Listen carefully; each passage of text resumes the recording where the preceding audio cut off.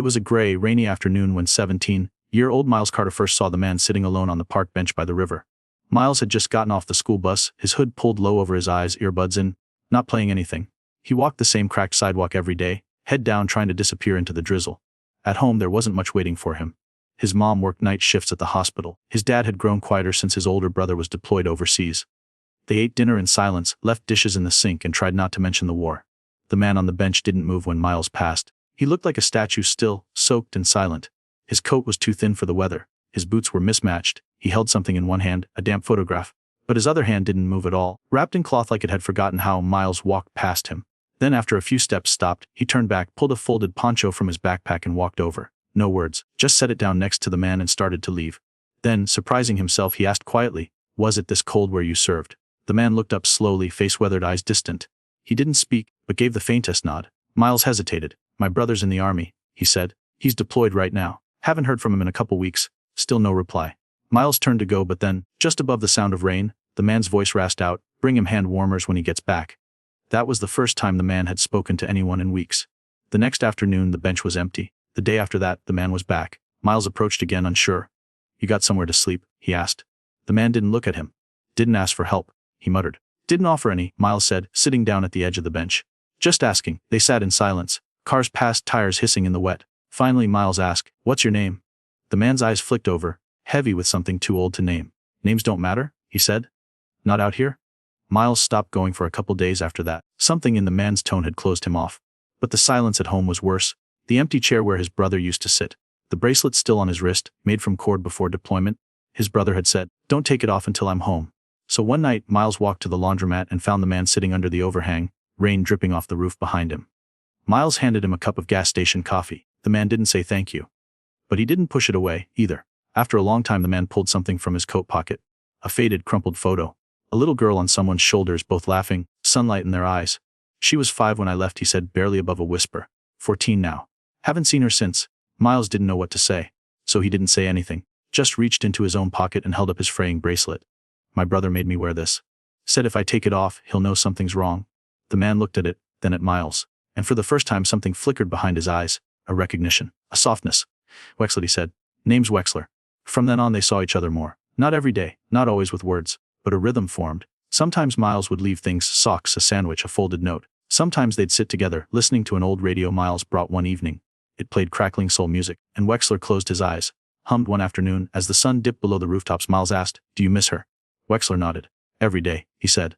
"But today hurts less." The next morning, Miles felt different walking into school. He held the door for a teacher. Said thanks when someone handed him a pencil. At lunch, he sketched a picture of the bench. A figure in a coat, a city dripping with rain. The following day something happened.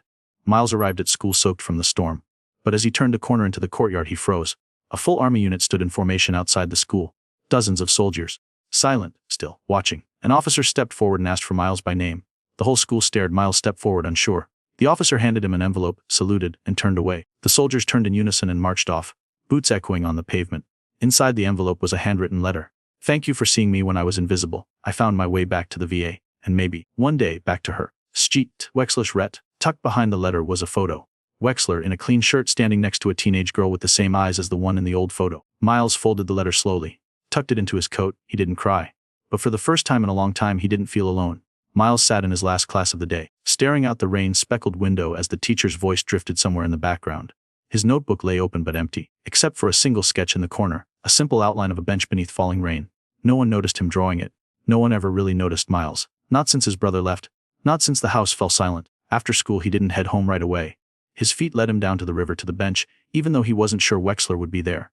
But he was, sitting exactly as before, still, soaked. But this time wrapped in the poncho Miles had left. He looked up as Miles approached but didn't speak. Miles handed him a sandwich, then sat beside him without a word. They ate in silence. After a while Miles said, "Do you ever go inside anywhere?" Wexler shrugged. "Sometimes, but some places don't like vets who don't shave." Miles glanced at him. The V. Wexler nodded once. Too many forms. Too many questions. Miles thought about that. About his brother. How even before he left, he stopped talking much. How the house used to be full of laughter. And now it wasn't even full of noise. "I used to think silence meant peace," Miles said quietly. "Now it just means someone's missing." Wexler turned to him slowly. There was no pity in his eyes, only understanding. Later that night, back in his room, Miles searched the VA's outreach website. He didn't know why. He didn't tell anyone. He just wrote down a few addresses, folded the paper, and slid it into his sketchbook. Over the next few days, they talked more. Not long conversations. Just pieces. Wexler told him about basic training, about sandstorms, about a chessboard he used to carry in his pack. He never mentioned his daughter's name, but he'd talk about her, laugh about how she used to climb trees barefoot. One afternoon, Miles brought a small chessboard he'd found at a thrift shop. Wexler smiled at it. Not big, but enough. They played a slow game in the fading light, raindrops pattering against the leaves. "You let me win," Miles said. "I didn't," Wexler replied. "You just think too much." "Is that bad?" Wexler shook his head. "Not if you think about the right things." One evening just before leaving, Miles pulled the folded paper from his pocket and quietly slid it beside Wexler. "There's a place 3 blocks from here. They help with housing. You don't have to fill anything out right away. Just show up, say your name." Wexler looked down at it, didn't say anything. Miles didn't push, he just stood. "I'll be around." The next day, the bench was empty. And the next, by the 4th day, Miles figured he'd scared him off. Maybe Wexler didn't want help. Maybe he was already gone. But that morning, when Miles opened his locker at school, a small brown envelope was sitting on top of his books. His name was written on it, carefully, in strong block letters. Inside was the letter, the photo. The hallway buzzed around him, students shouting, lockers slamming, but for a moment, everything faded. He stared at the photo. Wexler looked tired, but lighter. His arm around a girl with long dark braids, both of them standing in front of a building with a flag overhead. Miles blinked, then smiled, just a little. He put the letter back in the envelope and tucked it carefully into his bag. Later that week, he went back to the bench and sat alone. He pulled out his notebook and began to sketch again. This time, 2 figures on the bench. He didn't know if he'd ever see Wexler again. But that wasn't the point. He knew now that even the smallest gesture, sharing a sandwich, asking a quiet question, just sitting beside someone, could shift the weight someone was carrying. And maybe, just maybe, that was enough. Weeks passed and the cold deepened. The trees had long since shed their leaves, and the town moved through winter with a kind of quiet endurance. Snow tires, fogged up bus windows, and breath rising like smoke in the morning air. Miles still walked past the bench most days, even if Wexler wasn't there anymore. Sometimes he left a cup of coffee anyway. Sometimes he sat for a while, hood up, sketchbook in hand, just listening to the wind. At school something subtle had changed. Teachers started to call on Miles again, and this time he answered. Not loudly, not all at once, but with a kind of steady presence he hadn't felt in a long time. He began to help clean up after class, started returning messages from friends he'd been avoiding. His mom noticed too. He was more present at dinner, more awake. She asked about the bracelet again, the one his brother made before deployment, still wearing it. She said quietly. Miles just nodded. One afternoon, as Miles was gathering his things to leave school, he heard someone call his name in the hallway. It was Mr. Keller, the history teacher, standing beside a tall man in army green. The man wasn't in uniform, not really, just a clean jacket with insignia stitched on the shoulder, and boots that looked too well kept to be worn in the field. "You're Miles Carter?" the man asked. Miles nodded slowly. The man smiled and held out his hand. "I'm Colonel Mercer. I work with the outreach division at the VA. You helped one of our people." Miles blinked. "Wexler?" The man nodded. "He came in a few weeks ago. Didn't say much at first, but he mentioned you. Said you gave him something nobody else had." "I didn't give him anything," Miles said quietly. "You gave him time," the colonel said. "And a reason to show up." Miles didn't know what to say. The colonel reached into his coat and pulled out a small envelope. "He wanted you to have this?" Inside was a single Polaroid. Wexler, clean-shaven, standing in front of a small, tidy apartment building with a cup of coffee in one hand, a scarf around his neck, a slight smile. On the back, written in careful handwriting, "Still raining sometimes, but I found a roof. Still got that photo, and now I've got a phone too. If you ever need someone to talk to. I'm not invisible anymore." Miles stood there in the hallway long after the colonel walked away. Students moved around him. Bells rang. But for a few minutes, it was just him, holding something quiet and real. That evening, he walked back to the river again. The bench was still there, dusted with snow now. He brushed it off and sat down, holding the Polaroid in his hands. He didn't speak. There was no one to speak to. But he looked out at the river, at the frozen surface and the stillness of the trees, and something inside him finally felt still too. He reached into his coat and untied the bracelet from his wrist, the one his brother had made, and gently looped it around the back of the bench. He sat with it for a long time. Then he stood, put his hands in his pockets and walked home under the early evening sky. Sometimes you don't get to say goodbye. Sometimes people leave. But sometimes they come back in ways you don't expect. And sometimes, all it takes is noticing someone just once, to bring them back to life. The snow began to melt in early March, slowly, like the town itself wasn't quite ready to let go of winter. Puddles formed at the edges of sidewalks, and the river, once frozen and silent, began to move again. Miles walked with his hands deep in his pockets, the air still cold but not biting. His eyes scanned the bench each day without expectation. He didn't need to see Wexler there anymore. That part had changed. At school his sketchbook was nearly full. Not of assignments, but of moments. Drawings of strangers helping each other carry groceries, kids sharing umbrellas, a bus driver holding the door for an old man with a cane. Small things he used to overlook. Now he watched for them. Not because they were big or important, but because they were enough. One Friday after school, his teacher stopped him at the door. "You've been different lately, Miles," she said. Not accusing, just curious, more present. What changed? Miles thought about that. He thought about the first day he saw Wexler, about the soaked coat, the silence, the weight of being unseen, and he thought about the photo. The one Wexler sent from his new home, clean, warm, still carrying the same wary kindness. I think someone reminded me that noticing matters, he said softly, even if you don't know what to say. The teacher just nodded. That night, Miles sat at the kitchen table with his mom. She was off work early for once, her hands still red from sanitizer and gloves. She stirred her tea looking at him across the table. You know, she said, your brother called. Miles looked up sharply. What? When? Just this afternoon. I told him to try your phone, but you never charged that thing. She smiled. He said to tell you he's coming home in a month. Wants you to meet him at the bus station. Says he owes you a milkshake and a game of horse. Miles grinned, but his eyes stung. He looked down and took a shaky breath. I didn't think he'd remember. Never forgot, she said. None of us forgot. We just didn't know how to talk about it. The next morning, Miles took the long way to school. He passed the bench again, still empty. The bracelet was gone. Someone had taken it, or maybe the wind had carried it off. But there was something else. Sitting in the corner of the bench's wooden seat was a small carved object, rough, handmade. It was a tiny wooden chess piece. A rook, worn and chipped. On the bottom, a single initial M. Miles picked it up slowly, cradling it in his palm. The wood was cold but smooth. He sat down, let the silence gather around him, and smiled. He didn't know where Wexler was now. Maybe back with his daughter. Maybe helping someone else like Miles had helped him. Maybe just finding peace one slow morning at a time. But Miles understood something now. That healing didn't come all at once. It came in glances, in gestures, in being seen. And sometimes it came in the form of a soaked stranger on a bench, who didn't need fixing. Just someone to sit beside him and remind him he still mattered. As the wind stirred the trees and the river whispered past, Miles closed his eyes for a moment, holding the chess piece close. Then he stood, shoulders lighter, and walked on. The days grew longer. Light returned slowly to the edges of things, the river glittering in the afternoons, windows reflecting gold, even the cracked sidewalk seeming less gray. Miles noticed all of it now. Not because life had become easier, but because he was awake to it again. The quiet hurt hadn't left him, but it no longer hollowed him out. One evening near the end of spring, he passed the bench and found someone new sitting there. A teenage girl, maybe a year younger than him, hunched over a sketch pad. She was drawing the trees across the river, pencil flicking quickly. She didn't look up. Something about her posture, closed off, almost folded in, reminded him of himself months ago. He hesitated, then sat at the other end of the bench without speaking. The space between them was quiet but not uncomfortable. She kept drawing. A few minutes passed. Then she asked, still looking at her page, do you come here a lot? Miles nodded. Used to meet someone here, a friend. She glanced sideways at him, her voice cautious. Are they still around? I'm not sure, he said, but I think they're doing better. The girl gave a small, almost imperceptible nod. Then, with a shaky voice, my brother used to come here. He passed last year. I think this was his thinking place. Her eyes stayed on the page. I didn't get to say goodbye. Miles didn't speak right away. He didn't rush. Then, gently, I didn't get to say goodbye either. Not to my brother. He's still alive, just far. But for a long time it felt the same. She looked at him for the first time. So what did you do? I sat here, he said, with someone who didn't talk much, and little by little I stopped needing answers. I just needed to feel less alone. The girl turned her sketch pad and showed him what she was drawing. 2 figures on a bench, one older, one younger, neither speaking, but close. That's him, she whispered. And me, I think. Miles nodded. It's a good drawing. They sat for a while longer, not saying anything more. But it was enough. Before leaving, Miles gently took the wooden rook from his coat pocket, the one Wexler had left for him, and placed it on the bench between them.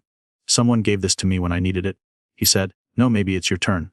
She looked at the piece at him, and then down again. She didn't cry, but her fingers trembled slightly as she reached for it. Thank you. Miles stood, gave her a small nod, and walked away under the softening sky. The next day he returned to the bench. The rook was gone, but a new drawing had been tucked beneath the seat, protected in plastic. It was the same scene, 2 people sitting side by side, but this time a third figure walked away in the background, smiling faintly, hands in his pockets. Underneath, in small handwriting, was a message, not invisible anymore. Miles folded the drawing carefully and held it against his chest for a moment. He looked at the river. The wind lifted his hair. The sun was warm. He knew now that some stories don't end. They echo. They move forward in quiet ways, through kindness, through memory, through small moments passed from one person to the next. He wasn't trying to fix anyone. He was just showing up, and maybe that was enough. Miles turned and walked toward home, the bench behind him still waiting. Empty, ready, for whoever needed it next. That summer, the bench by the river became something different. Not a monument, not a secret. Just a quiet place people started to find one by one in silence, with burdens too heavy to speak aloud. Sometimes it was a man in a faded uniform, standing still beside it with a thermos in his hand, just staring out over the water. Other times it was a mother with a stroller who paused there for a breath, her eyes glazed with exhaustion, her hands never letting go of the handle. A boy once left a paper boat at its foot, carefully folded with a name written on the sail. No one knew whose. Miles watched it all quietly. He passed the bench most days, not always stopping, but never without noticing who was there. Some left behind drawings, others left stones or notes. No one ever spoke much. One morning in July, he found a single dog tag placed on the bench's edge. It had been polished, tied with new string. Beneath it, a note scribbled on the torn back of a receipt. I saw him here once. Didn't know who he was until the outreach people helped me. Just wanted to say thanks. Miles folded the note and tucked it into his sketchbook. By now the pages were full. Not just of drawings, but of evidence. Tiny moments where someone had reached for something invisible and found it was still there. At home his brother had returned. The reunion had been quiet without fanfare. No grand speeches. Just an exhausted smile at the bus station, a long hug, a whispered, "I missed you, man," and then 2 milkshakes on a cracked Formica counter. They didn't talk about the war. They talked about comic books and bad cafeteria food and how weird it felt to be around people again. That night, as his brother slept on the couch, still adjusting to ordinary beds and ceiling fans and not having to listen for danger, Miles sat beside him with a blanket and covered him gently. There were no words for everything they had both carried, but they were sharing the weight now. That was enough. One evening near the end of August, Miles returned to the bench with a fresh notebook in his hand. He'd kept the old one, but this one was for something new. He sat down and began to sketch, not just one figure this time, but many. A young girl drawing a soldier watching the river, a boy leaving a paper boat, a mother closing her eyes, a teen with a friendship bracelet. On the last page he sketched a version of himself, not quite smiling but no longer hiding, sitting in the middle of them all, hands open in his lap. When he finished, he closed the book, set it on the bench. They walked away. He didn't turn back. The wind picked up slightly, rustling the leaves above. The river kept moving. Somewhere nearby a car door closed, a bike bell rang, a dog barked. Life moved forward, soft and ordinary, and the bench waited as it always did, not asking anything, not demanding words, just making room for someone to be seen. Autumn returned with a quieter grace than the last. The trees changed slowly this year, leaves turning gold one by one as though they were reluctant to let go all at once. The town settled into itself, familiar and worn but softer now, and the bench, that same old bench by the river, remained unchanged yet no longer unnoticed. People still came. Not in crowds, just one at a time. Sometimes early in the morning when fog hung low and the world felt paused. Sometimes at dusk when the air smelled like wood smoke and the sky blushed pink before dark. They came and left in silence, but something stayed behind. A memory, a trace. Miles wasn't there every day anymore. Life had moved forward. His brother had enrolled in community college. His mom smiled more often. The house, once heavy with absence, now carried the soft sounds of return laughter in the kitchen, keys in the door, the occasional argument about laundry or missed texts.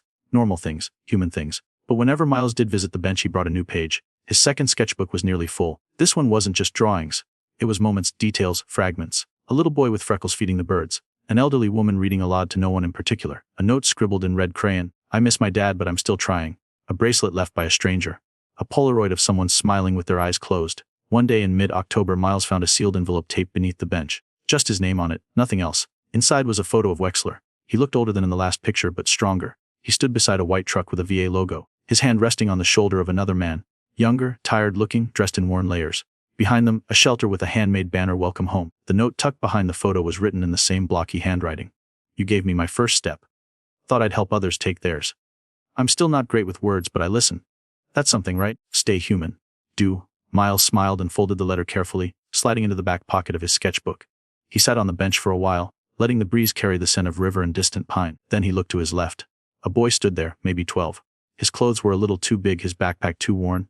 He held a crumpled note in one hand and a piece of bread in the other, nervously eyeing the ducks near the riverbank. "You can sit if you want," Miles said gently. The boy hesitated, then sat. He didn't speak, just fed the ducks piece by piece, hands shaking slightly. After a while, he held out the note. Miles took it and read quietly. "I'm scared to go home. My mom yells a lot. I don't know where else to go." Miles didn't ask questions. He didn't press. He just looked at the boy and said, "It's okay. You're allowed to be scared. But you don't have to be alone while you figure it out." They sat there, side by side, as the last of the leaves fell gently around them. Later, as the sun dipped below the horizon, Miles tore a page from his sketchbook, a clean one. He handed it to the boy with a pen. "You can write whatever you want," he said. "Or draw. You don't have to show anyone."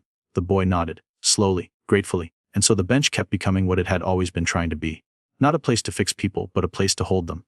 A place to breathe, to be witnessed, to not carry everything alone. Miles walked away under the evening sky, the wind lifting his collar and the sound of ducks trailing behind him. Some stories don't have endings, only quiet echoes. And in a town that once felt full of silence, there was now a place where the silence listened back. Winter arrived again, but this time it didn't feel as heavy. The cold still came, the snow still settled over rooftops and branches, but it wasn't the kind of silence that crushed. It was the kind that softened. The kind that wrapped the town in a hush, not out of emptiness but care. The bench remained half buried in snowdrift some mornings, never untouched. Someone always cleared it off. No one ever said who. Miles visited less often now.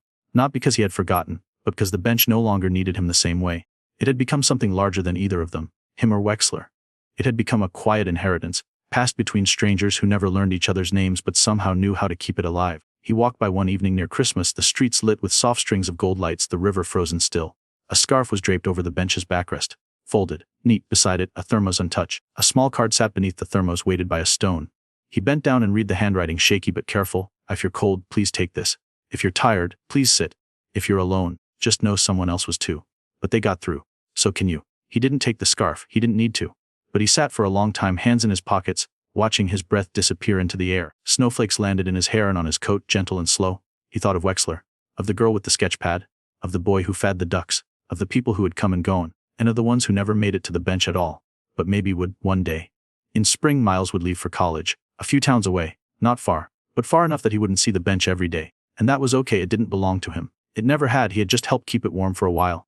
On his last visit before leaving, he sat quietly, a small box in his lap. Inside the rook, worn smooth from being passed between hands, a folded copy of Wexler's first letter, a new sketchbook, empty but waiting. He left it all beneath the bench, tucked just out of sight, not hidden, just waiting for someone else, like he once was, who needed a place to rest without explaining why. He didn't linger, just stood, gave the bench a glance, one full of history and thanks, and walked away under a sky streaked with blue and rose.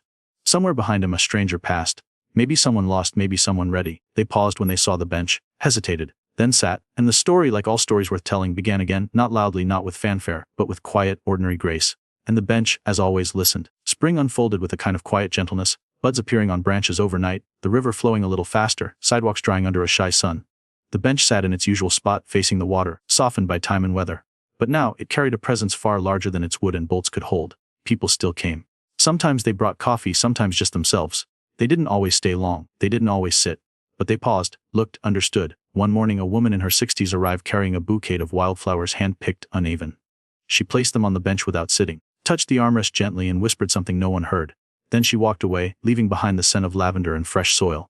Later that day, a man in his 20s arrived with a guitar case. He sat, opened it, and played quietly for almost an hour, soft finger-picking, the kind that asked for no applause. No one gathered, no one clapped. But two joggers slowed their pace. A mail carrier paused at the corner. A girl riding by on a scooter circled back just to listen for a while. The bench had become something wordless, a place to witness, not just to be seen. Not sacred, not untouchable, but tender, lived in, kind. One late afternoon, just as rain began to mist the streets, the boy who had once fed ducks returned. He was taller now, shoulders a little broader. In his hands was a sealed envelope, edges worn. He sat where he used to, opened it carefully, and began to read. Inside was the letter he'd written 2 years earlier, the one Miles had read the day they met. But it had changed. At the bottom, in new handwriting, his own, he had added a few lines. I still get scared. But I'm not as alone anymore. Someone stayed once. So now, I stay too. He folded the letter and placed it under the bench in a small jar. Then he sat for a while, his eyes closed, rain dotting his jacket, not rushing to leave. Miles wasn't there to see it, he was away now, studying art, but the bench stayed part of him. In his dorm room, on the wall beside his bed, he'd pinned one of his early drawings, a simple sketch of the bench empty under a gray sky. Below it, he'd scribbled 3 words that had come to define everything that followed. Someone stayed once. Every few weeks he'd receive a photo from back home, sent by his mom, or his brother, or the girl with the sketch pad, who'd kept in touch. Photos of people he didn't know sitting on the bench, a woman braiding her daughter's hair, a teenage boy playing chess with a man in a Via jacket, a new carving on the underside of the seat, still trying, still here. Sometimes Miles would send something back, a small painting, a note, a pressed flower between pages. And every so often, someone would tuck them into the space under the bench, the way he once had. The bench never asked anything of anyone. It just made room. It caught the weight people didn't know they were carrying. It held silence without shame. It bore witness without question. Years would pass. People would move. The seasons would circle back again and again. But the bench remained, worn, steady, human. And long after names had been forgotten and letters had faded, strangers would still find it, still sit, still breathe. And the bench, as always, would be there, waiting, listening, making space. The seasons continued their quiet rotations. Leaves turned and fell, snow came and melted. Rain carved new lines into the wood. And still, the bench remained, aged now, a little more splintered in the corners, but held together by something deeper than bolts or beams. Held together by the weight it had borne, and the way people returned to it like a compass they didn't know they needed. A city maintenance crew came through one spring to repaint the park's fixtures. When they reached the bench, one worker, young with earbuds in, readied his tools. But the older one beside him, a man with a graying beard and soft voice, touched his arm and shook his head. Not this one, he said simply.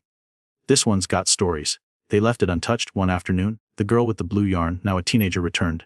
Taller, hair pulled back, a small scar above her eyebrow that hadn't been there before.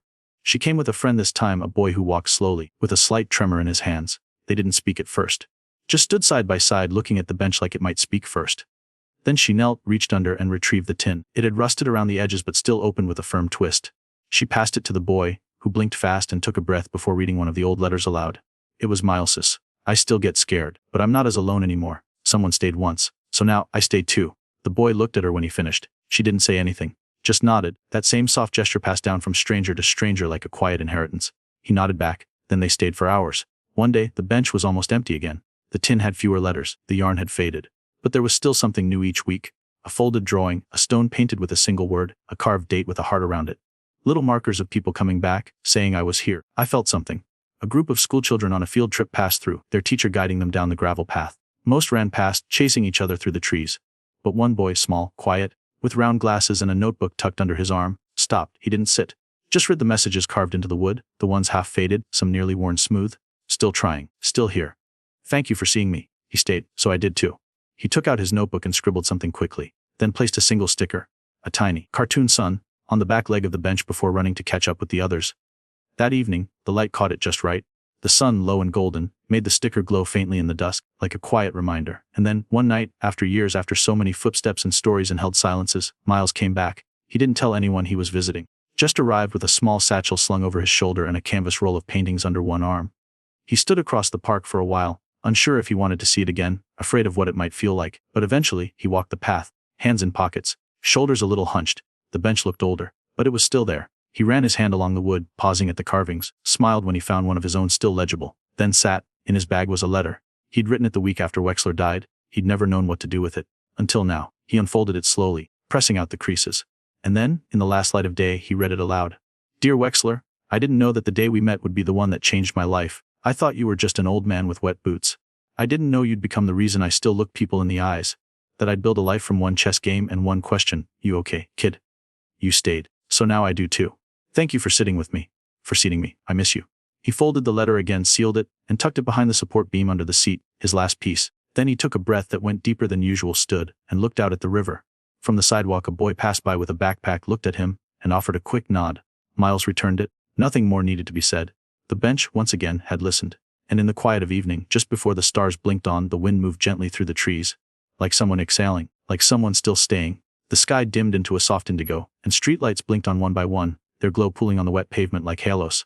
Miles lingered at the edge of the path, his hands tucked into his coat pockets, listening to the wind in the trees. The city had changed, new signs, new shops, faces he didn't know. But the sound of the river hadn't. Nor had the way the bench sat still, patient, waiting for someone to need it. Before he left, he took a photo. Not of himself, just the bench framed by the trees with the little cartoon sun still clinging to its leg. He didn't post it anywhere. He printed it later quietly and tucked it inside the back cover of his sketchbook. That spring he began painting again, not for galleries, not for commissions, just small pieces. A hand reaching for another, a chessboard under rainlight, an old man's boots drying by a radiator. He never named them, but he knew where they came from. A few months later, a new story began, one that no one expected. On a gray weekday morning, just as the school bell rang across town, the students at Lincoln High looked up from their phones and half-packed bags to see something unusual outside the front gates. Marching down the sidewalk, not loud, not theatrical, just steady, was a group of uniformed veterans. A few wore caps, a few carried flags folded neatly under their arms. Most were older, some walked with canes. Some pushed others in wheelchairs. They moved in quiet formation, not military strict but with purpose, with pride. They came to honor a promise. Because Wexler hadn't been alone, he had friends. People who remembered the man he was before the silence took hold. And someone, maybe it was Miles, maybe not, had written to them. Told them about the boy who sat with him in the rain. Told them about the chessboard, and the question, and the bench that still held it all. They didn't come to make a scene. They came to say thank you. The students, teachers, and even the principal stood frozen behind the glass doors as the veterans stopped outside. One of them, a tall man with silver hair and a voice like gravel, stepped forward and handed the front office a small wooden box and a folded flag. For the boy, he said. From all of us. Then they saluted, not theatrically, just fully, quietly, and left. Inside the box was a photograph of Wexler in uniform, younger, grinning beside a tank somewhere dusty and sunlit. Beneath it, a plaque, to the one who stayed. You reminded one of our own that he still mattered. In doing so, you reminded us all. No name was listed, none needed. Word traveled fast. First through the school, then the neighborhood. But the boy, the one who'd once sat beside a stranger in the rain, was long gone. Miles didn't even hear about it until weeks later, through a friend of a friend. By then, he was somewhere else, painting in a borrowed studio space above a bookstore in another city. When he found out, he didn't make a post, didn't give an interview. He just called his mom and after a pause, simply said, he wasn't invisible after all. In time, other benches appeared in other parks. Some carved with quiet quotes, others with metal plaques that simply read, for those who stayed. The stories weren't always the same. Sometimes it was a girl who brought tea to a man in a hoodie. Sometimes a teacher who let a student sleep at their desk without asking why. Sometimes a stranger who noticed the shaking in someone's hands and asked, "You want to sit a while?" But the heart of it was always the same. A pause, a noticing, a willingness to stay. And so, the legacy of Wexler and Miles wasn't one of grandeur or spectacle. It lived on in the quiet bravery of human presence. In rainy afternoons when someone sat beside someone else just because, in chessboards that stayed open on damp picnic tables, in notebooks that carried letters never sent, but still written, and most of all, in benches that waited. Always. For the next person to need them. And even years later, when the edges of the story blurred and names faded into quiet memory, the essence remained. Like the scent of rain on pavement or the hush before dusk, people couldn't always recall exactly how it began, but they knew it had. Something had happened on that bench, and whatever it was had made the world feel a little more possible. The city slowly changed, as all cities do. Trees were trimmed back, streets repaved, but the bench remained. People began to call it the listening bench. A local artist painted a small, nearly hidden mural behind it. Just outlines, really. A chess piece, a folded flag, a boy and an old man sitting side by side beneath a shared umbrella. Sometimes, children would leave chalk drawings nearby, stick figures holding hands, sons with smiley faces. One time, someone drew a dog with a cape and labeled it Wexler's hero. No one cleaned it off. It just faded with the rain. The girl who had once written her story on that crumpled piece of paper grew up. She would visit from time to time, now taller, more sure of herself, and leave behind tiny notes for others. Small folded squares with handwritten lines. You are not too late. Being tired is not the same as giving up. Someone sat here once and became less alone. She never signed them. Didn't need to. And one late autumn evening, years and years on, Miles returned once more, older now, tired in a deeper way, but still carrying his sketchbook like it held something sacred. He didn't come for attention. He just wanted to see it again, to sit where he had once asked the smallest, bravest question of his life. He found the bench empty, the air was cold, the sky low and gray, and most of the leaves had already fallen. He sat slowly, brushing aside a stray candy wrapper, and took a deep breath. Everything felt quieter than he remembered. But the quiet didn't feel empty anymore. It felt full. Like everything that had been said and done here had soaked into the grain of the wood. He took a pencil from his coat pocket and, without opening his sketchbook, began to draw softly along the inside of the bench. Something small. A rook piece, tucked just beneath the seat. He didn't stay long. Just enough. Long enough to feel it again, that he had been part of something. Not by doing anything grand, but by noticing, by caring, by staying beside someone who had almost disappeared. When he stood to leave, a boy on a skateboard passed by and gave a quick nod. Miles nodded back, and then he walked off into the evening. Behind him the bench waited, quiet, listening, ready for whoever came next.